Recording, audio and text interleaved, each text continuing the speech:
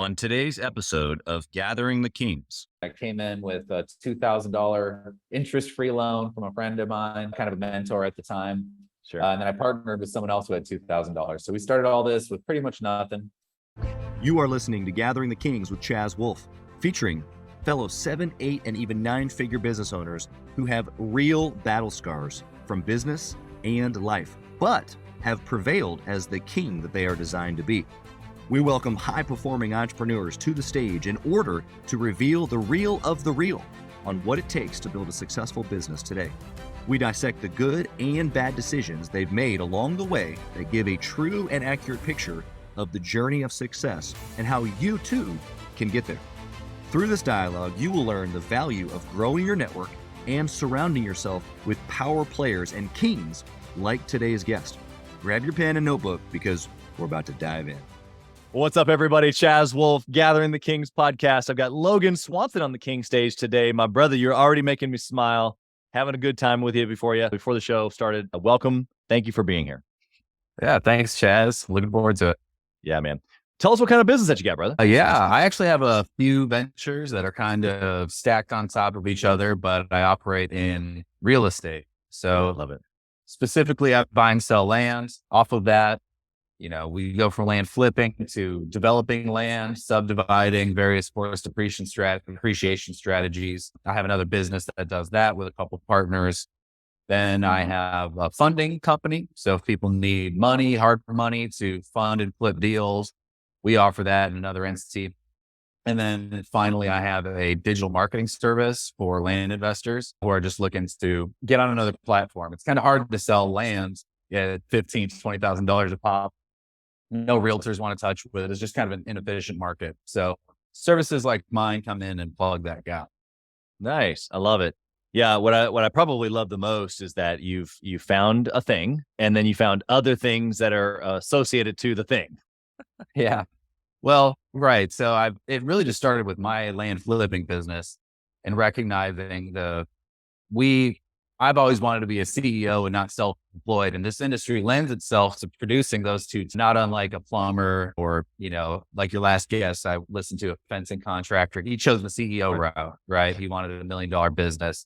Well, in my industry, you have to either do a lot of large deals, a few large deals, or you have to do a lot of little deals.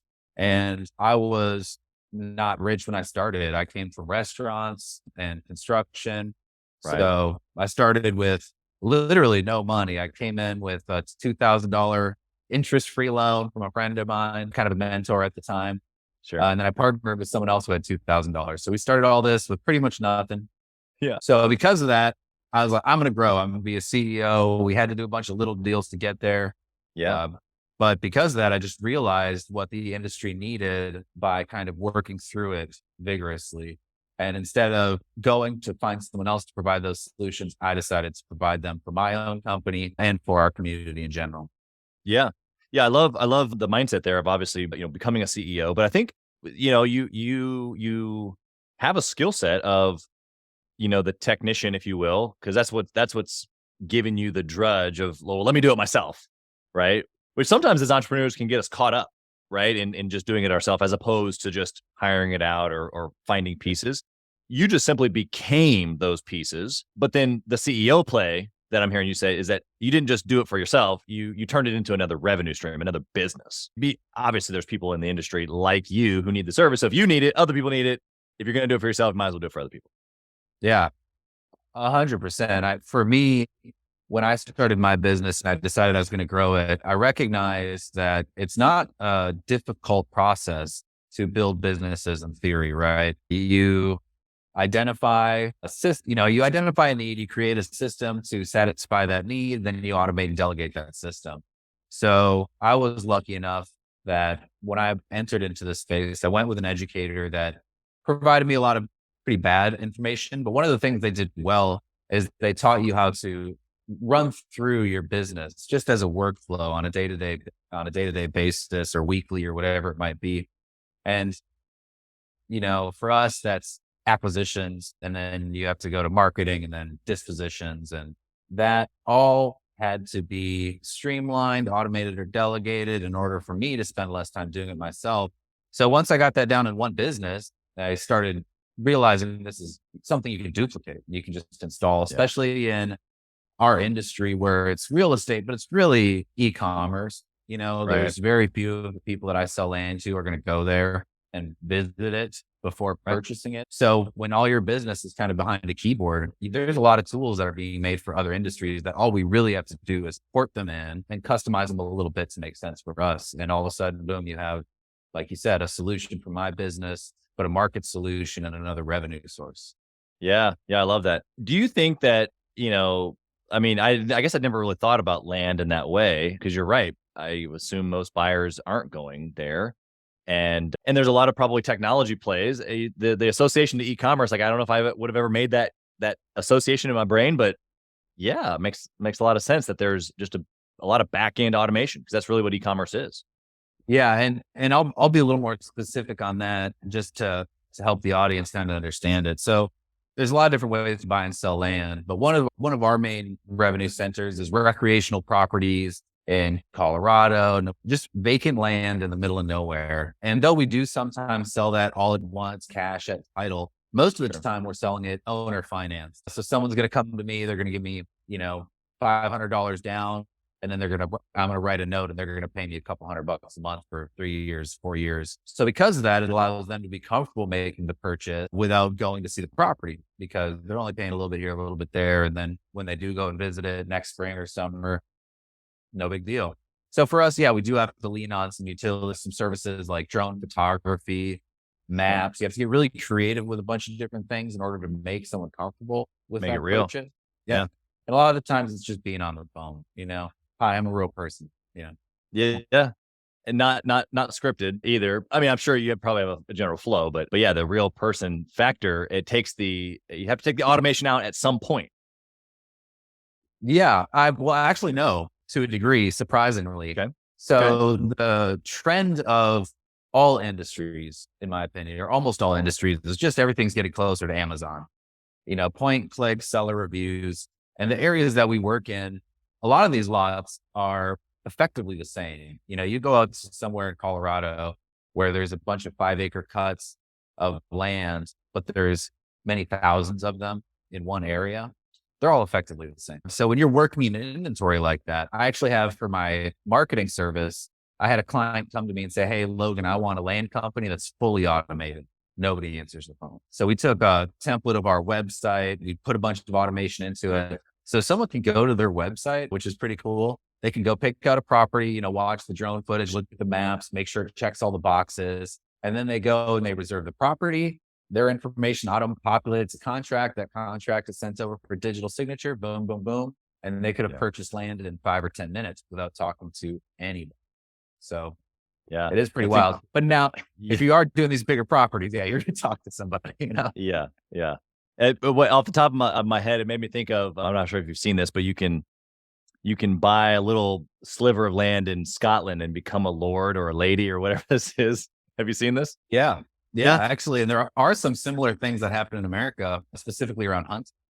You can get in-state licenses and in-state fees if all you do is own some sort of real property. So I've had people buy land from me, $5,000 piece of land, because it cuts the cost of their licenses from $10,000 to $2,000 every year, forever. And then they can go put a camper on it if they want.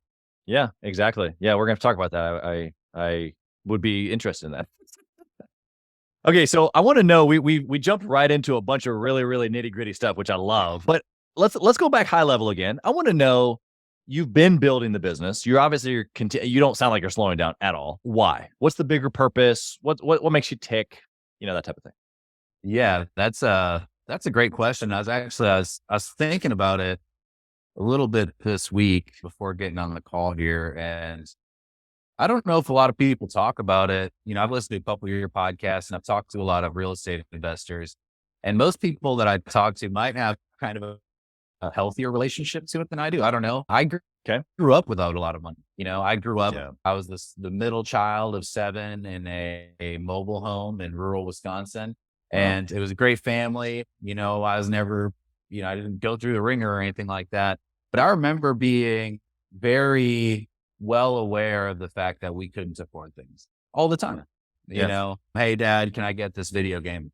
No, there's no money. So there was always this sense of privation at a young age. We didn't starve. We weren't dirty coal mining children or something like that. But that has been something that's I've carried with me and has motivated a lot of my actions, especially when I first got started, right? And I have kids. Yeah, I have 3 kids. They're 7, 5, and 4. And the idea of me going to them and saying, hey, we just can't afford that doesn't stick well with me. So I've always felt this responsibility, not only for myself, like, hey, I deserve to have a little money in my pocket and I deserve to have stability in my life, but I don't ever want my kids to feel the way I felt at a young age. That was maybe a negative motivation to some people. And I've definitely layered on top of that now. You know, I look at it with a lot more gratitude, even to have the childhood that I did have. Right. But, you know, I was a very young entrepreneur. As soon as I could pick up a shovel, I was scooping snow in Wisconsin and getting $10 here and $10 there. And it's really never left me. So it's definitely got some roots in my youth, but it's not the same motivation now. Now, once you get a little stability and you are able to, you know, I was talking to my wife a little while ago. I was like, we could just stop for a while. Like we could just stop for a few years and we would be paid and happy and still do all these things. But now it's how can I grow? How many more people can I feed? How can I challenge myself? How can I get uncomfortable again? Because you start getting in real estate and you do bigger deals. You're talking to, you know, millionaires funding deals before you can go to banks and things like that. It just doesn't seem scary or challenging anymore. And I kind of thrive in those environments. When I was coming out of construction and restaurants, I thrive in high stakes, high stress environments. Yeah. And I kind of always just kind of want to keep putting myself back in the boiler room. Yeah. Yeah. Yeah. I think that what you just, you know, put yourself back in the boiler room, I think it has to be a learned skill because at some point we become content, soft, satisfied, well, whatever they say, you know, and I don't know if you're an Eric Thomas fan, but in one of his famous videos, he talks about how you can kill an alligator, but it's only right after they eat because they become satisfied. And so there's this feeling that you're describing instead of the comatose state of being satisfied. It's no, I'm gonna go back to being hungry for whatever reason that seems to suit us entrepreneurs just as well as being full. Yeah, and you know, on that point, this weekend I went to a real estate investor meetup that's kind of specific to my niche. And I was very lucky to meet a bunch of like people I'd only ever known on Facebook, but there was a lot of very successful people in that room. And, you know, they were all kind of talking shop and this and that, but I kept wanting to sit down and ask people questions like this, you know, when are you satisfied? Like, when do you feel like you've made it? Have you already made it? How has that changed your motivation? You know, and I got a lot of really cool responses on that. And for me, what was the best one? We want to hear it. So the best ones, the ones that I at least gelled with the most were the ones where they were like, it's an ever shifting benchmark. You know, when I started, you hear this a lot from real estate investors, like I wanted to make 10 grand a month and I'd be satisfied. And then they get there. And in business and in real estate, you just, as you're moving through it as a business owner, you really start to feel like nothing is unachievable, or there's so much more to this life and to this world than you really knew before. I know when I was living sort of a 9-to-5-ish life or a captive life as an employee, my days got to be really mundane. You know, I was kind of, you know, wake up, go do this, get paid a fixed amount. If I needed more money, just spend more time doing it. And my idea, I had blindfolds on, you know, I had blinders on to all of the beautiful and creative experiences that are constantly going on around us. Right. So when you set that first financial goal and you meet it, a lot of the investors I spoke to were kind of like, what do I do? You know, They didn't really have solid answers, and I don't anymore either. I was kind of similar. I wanted that 10 grand a month. And then I hit that, and then I wanted just the freedom of working behind my laptop wherever I was. And then I got really ambitious, and there's a specific spot in Dallas. Have you been to Dallas? Yeah. Okay. So if you're going north on 75 into Dallas, it's kind of this like big on-ramp, and it swoops in and it gives you this incredible view of Dallas. It's like the best view. The city's just huge right in front of you. And I was driving there one time. I used to just go and get that view sometimes because it reoriented me. And I was like, I had this thought, I want to change the Dallas skyline. I want to build it or knock something. I want to be able to point at Dallas. Yeah.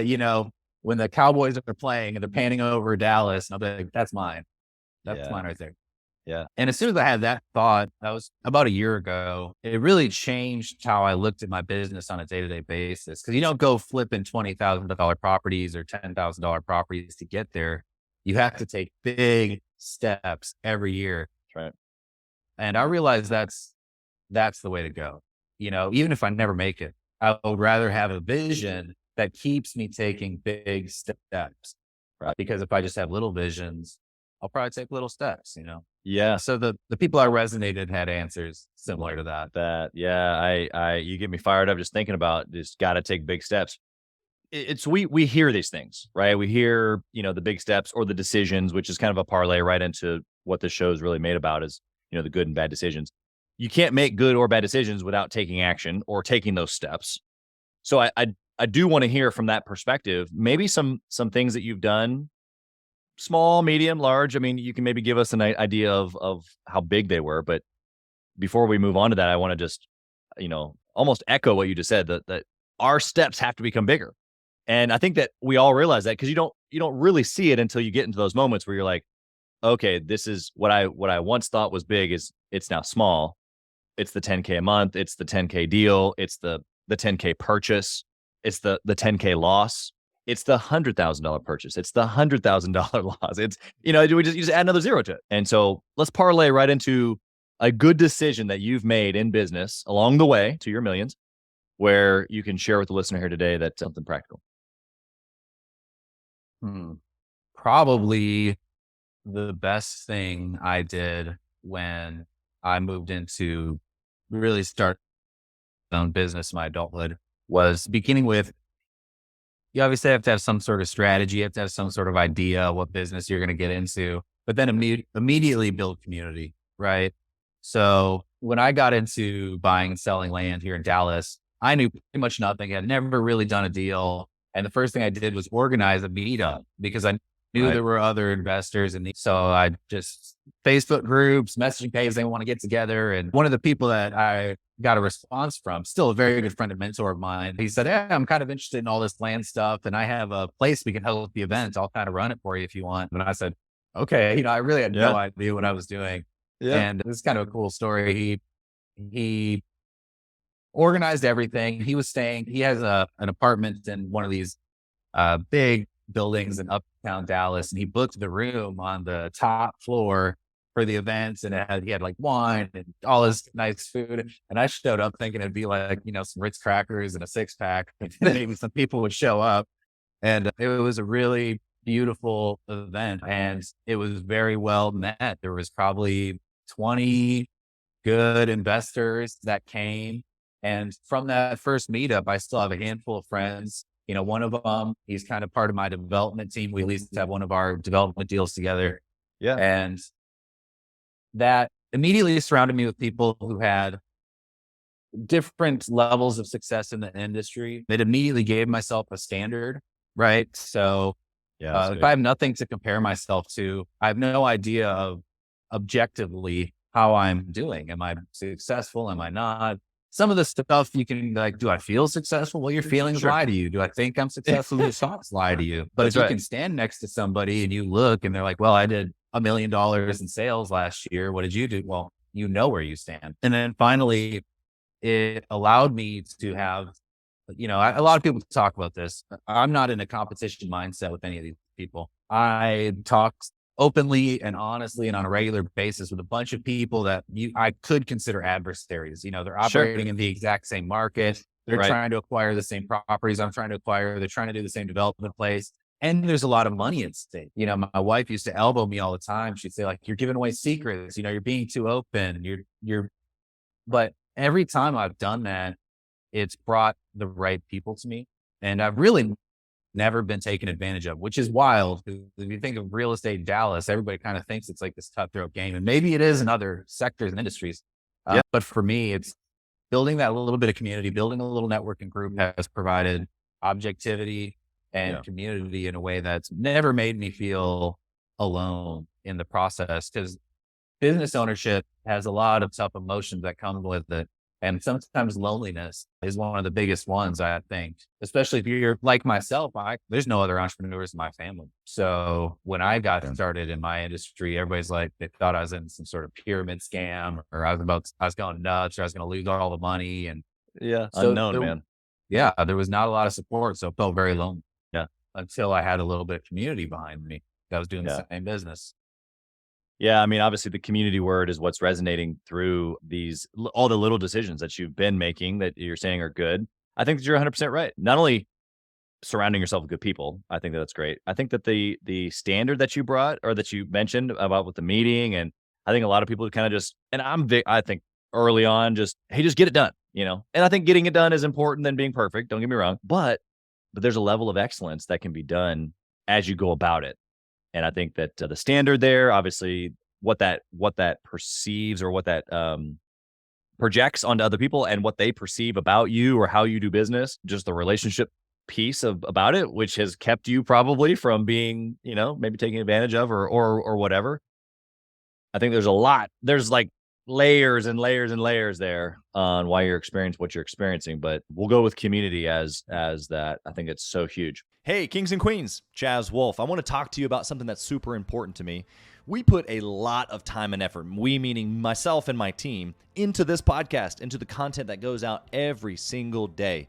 And if you have been getting any sort of value or insight from this, we want it to be able to reach other business owners too. So we would love if you would like, comment, share, leave a review, post, share again, all of the things on social media, on all the different platforms, or even on the podcast mediums of Apple and Spotify. We would love to be able to get our content into more hands, more entrepreneurs, so they can grow their business as quick as possible. Together, we are building a community of like-minded entrepreneurs who are committed to growing their businesses to new heights. So let's do this. Let's help each other. Let's help each other grow. Let's flip the coin. Let's talk bad decision, something maybe that you've done. Maybe it wasn't the giving away secrets that your wife was worried about. Well, what was it? Man, I don't know. I don't really look at decisions that I've made as bad. I look at them as things I've learned from. And most of them were necessary evils. So it's true.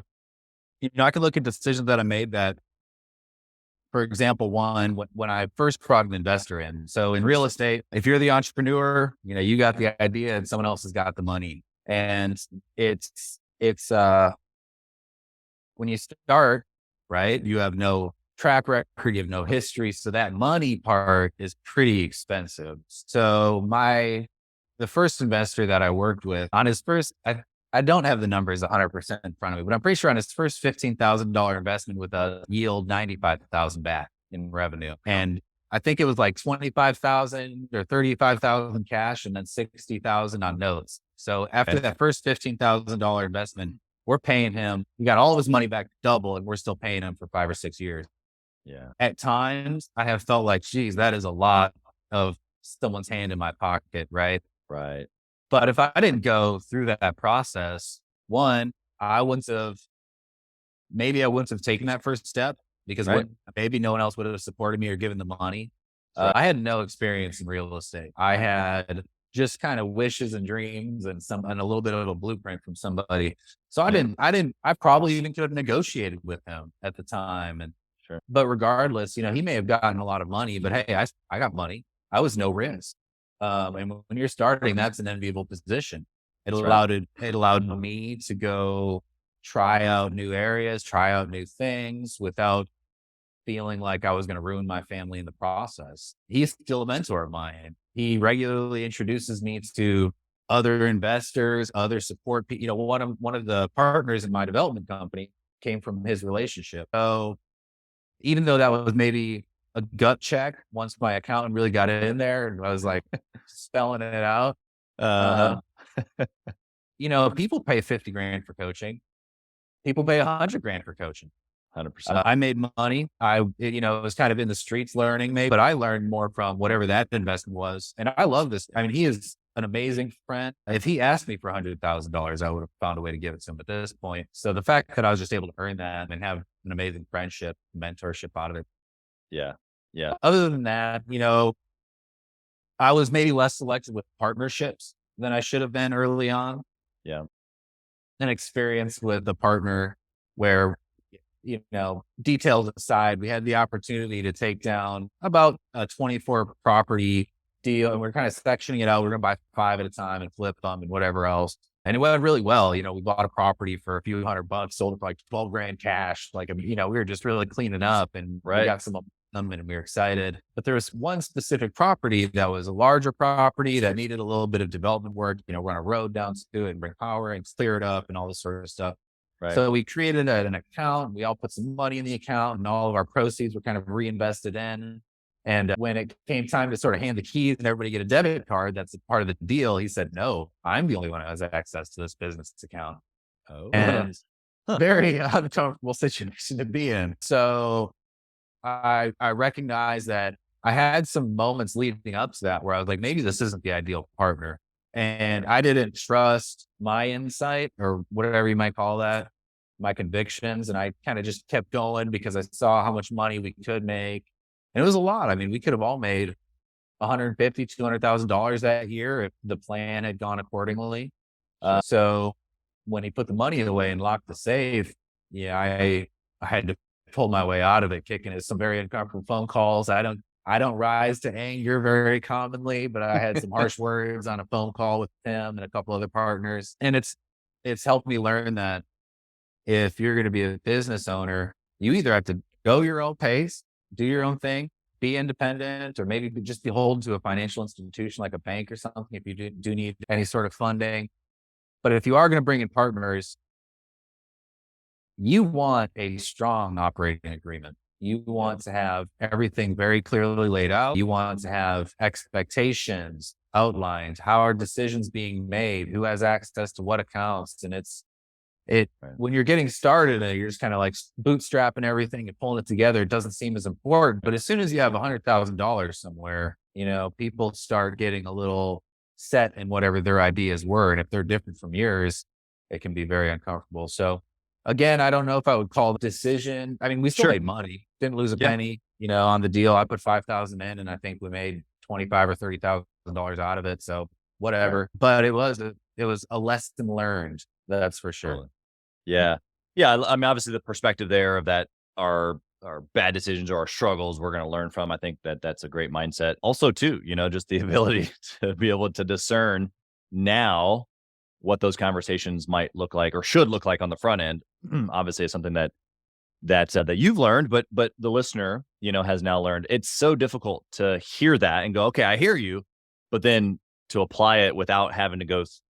A lot of people just have to go through that, unfortunately. Yeah, I did. It's kind of one of them. I had people tell me, like, "Hey, you sure?" And it's like, "Yeah, whatever." Just singing. Exactly. Yeah. It is interesting. I especially in family or, as I've done deals with people who are friends or done deals with people who are in church, it's just like, we've got to outlay it like clear as day. And a lot of people think that the relationship is strong enough. And I actually think it's like the agreement allows us to do business so that the relationship can continue. Mm-hmm. And whether you know the person or not, you still need to know them. Yeah. So, okay, that's good. What sort of like a process do you have now, or maybe a discipline around making good decisions? Do you have something that you can share there?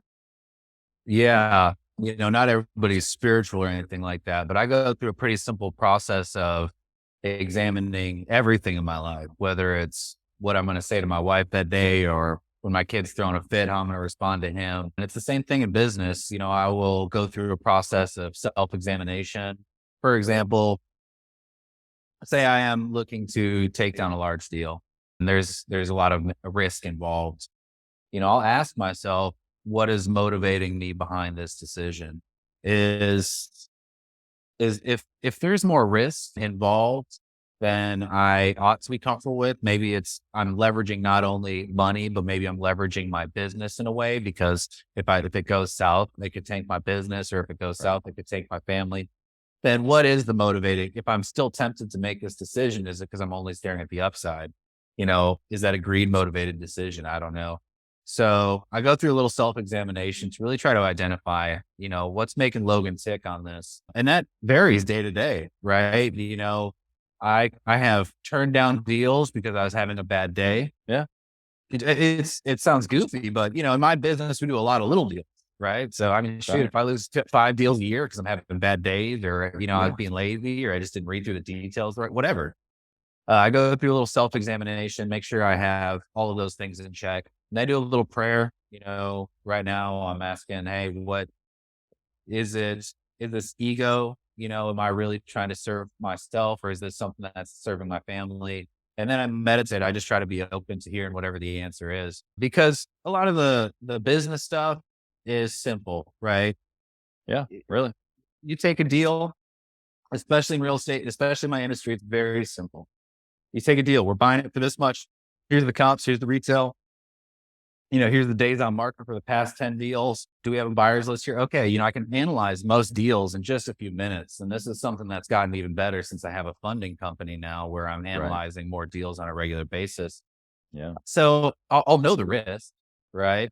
And it's kind of similar to any other aspect of the business. If I'm hiring somebody, it's kind of just like another deal. I'm going to outline the risk reward scenario. I'm going to try to identify what my tolerance is. I don't want my tolerance to be too high because I'm feeling cocky that day because I just closed a big deal or whatever. Right. So that process is really simple and it's yielded great results and even hard. Sometimes the answer sucks. Sometimes I'll look at something where there is a huge amount of upside or it's a risk I really want to take because, if I make this one win, I'm good for 5 years in my business or whatever.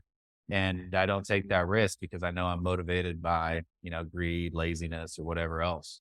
Yeah, that's so true. Yeah, I think you didn't say this, but what was coming to my mind is a lot of times we know in those deals after that analyzation what's right, whether it's a no, a yes, or high or not high, whatever. We have that gut feeling, and it's usually when we go against that where it's I knew I shouldn't have done that. So I think that your process of pretty practical things then eventually leads to that quiet time of, okay, which way am I going to go?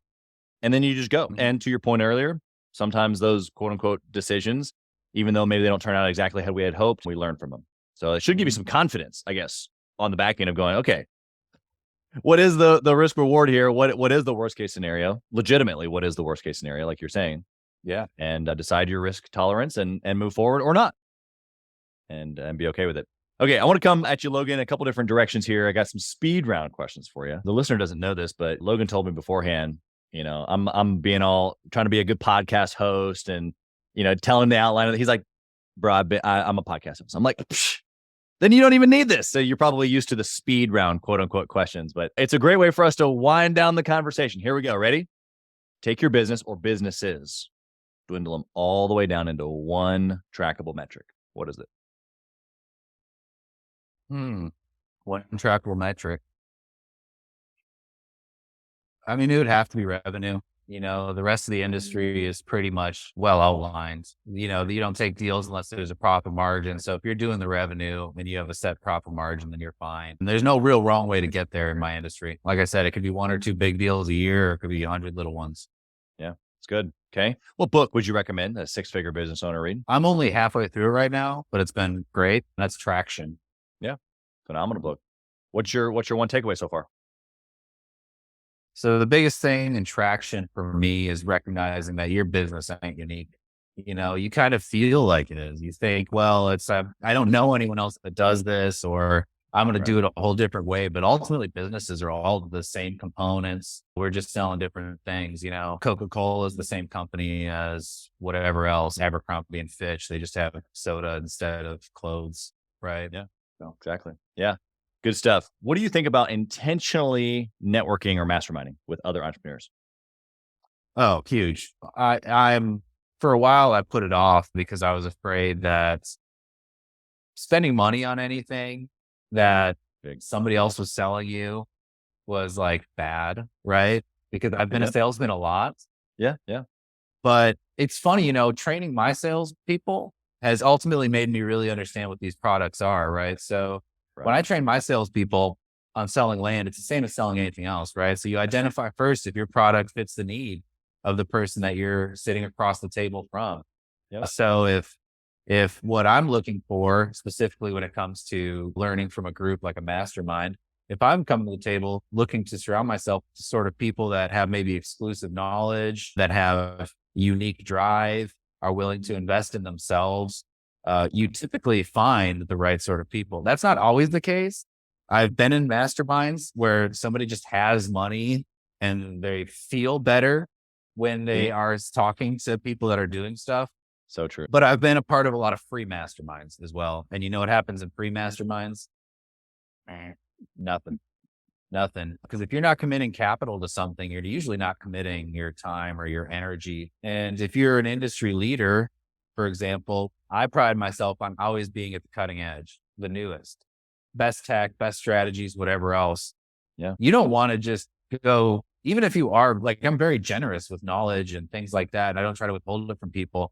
But you also don't want to just broadcast your industry secrets out to the general public for a number of reasons, but mostly because you worked really hard to create something new and it's kind of your baby. But you feel a lot more comfortable to take that into a group where there's reciprocity. You know, you're going in there, they're giving you new stuff, they're giving you chunks and ideas. And then finally, you know, I mentioned first and foremost thing you should do in your business is community. And the masterminds that I've been a part of, that I've paid for, or events, learning, education, all this sort of stuff, you find the people that are going to want to participate in your business or individual deals. Or, you know, in my industry, if I talk to somebody and find out that they have operated in Tennessee and I run across a seller in Tennessee, it's just so easy for me to hand that deal off, make some money in the middle and know that it's going to be well taken care of. So that network is, you know, it's everything. It's almost impossible to define how important it is to your success, especially when you're trying to go from a successful business to an extremely successful business.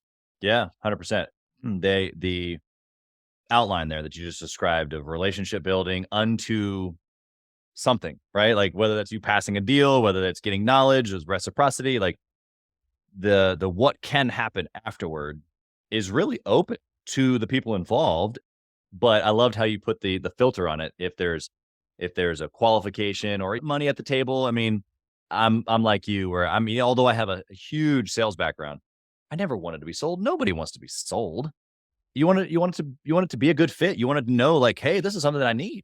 And then you're glad to pay for it. That's the only way to provide a solution anyway. Just like with your land stuff. Like as soon as you said I could potentially buy a sliver of land and be able to hunt specifically in certain areas, sign me up. I'm not even sold at this point. Sign me up, you know? So I think the perspective and mindset even behind it is just incredible as you've given it. I got a question for you around operations. If you only had 1 hour each week to work on your business, what would you do in that 1 hour to successfully run your business like you do now? Systems. So if you have a well-structured business, there's nothing falling through the cracks, right? That's usually where you lose clients, you lose sales, you lose acquisitions, whatever else. My business has been separated from a lot of other businesses on systems only. I'm sending mail to the same areas to acquire land. I'm offering the same amount of money, whatever else, but I improve my systems all of the time. So 1 hour a week is probably about what I do. Maybe 2 hours if I'm feeling really, you know, I have, you know, 4 independent businesses and I'm looking to start another one here in a little bit, but I don't work a lot, you know, and it's only because of those systems. So if you can build systems, get really good at building systems and then learn how to stack and integrate systems, you can be so efficient to the point where other people don't even understand it. You know, you're sitting there, you work for 2 hours and you can accomplish so much more than other people's entire work weeks. If what you're doing is going to modify your systems throughout your whole company to be more efficient. Yeah, love that. And obviously people are a big part of systems. And so I think that when a lot of people, when they hear systems, they think automations, which I know we're talking about, but people go into that too. So for the listener's sake, it's like, okay, you got to spend time on both the process, the machine itself, but then the people that are inside the machine as well, which I'm sure you'd agree. Anything to add there? Yeah. I mean, for me, it's actually, well, I shouldn't say it's unique anymore, but in my industry, all my employees are not around, you know, so I don't go to an office and then there's a bunch of people there that I talk to. You know, I have VAs in the Philippines. I have some local people that work part-time. I have business partners, and it's all just well managed through this digital world that we're all in now. Right. And even that, which seems like, well, if I can text somebody, that must be the optimized form of communication. No, it isn't. So it can seem weird, but optimizing people is oftentimes just optimizing communication, which is oftentimes just optimize what we're saying and how we're saying it. So like I Yeah. just came from my development meeting this morning and I realized, man, we don't have any structure around our meetings. We're not really prepped when we go in.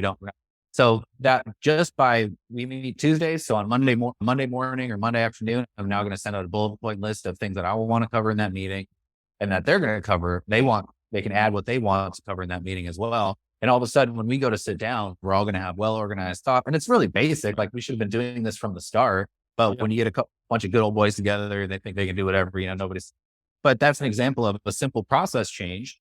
Yeah. That's going to dramatically affect how much work we get done as people sitting in a room.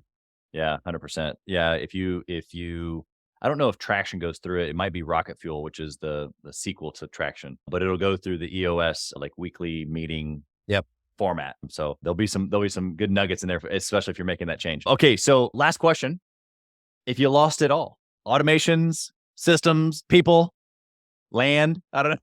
If you lost it all, what would you do? In this day and age, I would probably go into trade work. Your last guest had that fencing company. That's huge. Right now, there's so much money to be made if all you do is whip together a couple of plumbers and provide them leads. It's relatively low cost business to start. You just need some good insurance behind you. And you don't have to know how to do it. You hire people that know how to do it. So if all I had was an LLC, I would be able to run it. Yeah. Those are pretty easy. You've been incredible here today. You're a systems mind that I hope to get to know better because I think we can all use better systems, but you've got a good thing going over there, man. And so I'm inspired by you. Thank you for sharing. How can the listener connect with you? Whether they want to buy land like I do to hunt, or maybe they just want to get to know you better. How can they find you? Yeah, for sure. So if you want to go look at some of my services or whatever, you can go to primelandexchange.com. That's my website. If you want to get in contact with me, you can email me at hello@primelandbuyer.com, primelandbuyer.com. And yeah, that's a good way to get in touch with me. No cell phone. Yeah. Hey, that's all right. That's all right. The right ones that want to get in touch with you, they'll figure it out. Yeah. So I just, again, appreciate your time. You got, bro, a lot going on from an angle of success and family and all that fun stuff. So anxious to continue the conversation with you personally. One thing that we talked about right before we hit the record button with you podcasting and me, obviously, was that selfishly, this is a great way for me to meet cool people. Yeah. And so I definitely feel that about you. So thank you again for being here. We wish you nothing but success, even blessing on your family and what you got your hand to. Awesome. Thanks, Chaz. Thank you for listening to Gathering the Kings today. I hope that you were able to pull out a few nuggets to go apply into your business right away.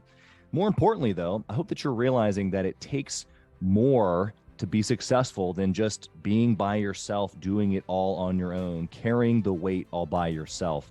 What I have realized, not only in my own journey from multiple businesses and multiple different industries, and now interviewing over 200 or 300 other very successful 7, 8, and 9-figure business owners, is that it's tough to do it alone. And so Gathering the Kings exists to bring together successful entrepreneurs. In fact, we are putting together 1,000 kings, specifically who are grateful but not done. We're intentionally assembling kings who fight tooth and nail for their business, family, and communities. And here's what we believe, that in the pursuit of excellence in those areas, that it ignites within us the responsibility to govern power and forge a lasting legacy. So if that relates and resonates with you, and you know that you need people around you, sharp, qualified, other very successful business owners, I want you to go to gatheringthekings.com. I want you to take a look at what we're doing and see if it makes sense for you to be part of our pursuit to 1,000 kings. Talk soon.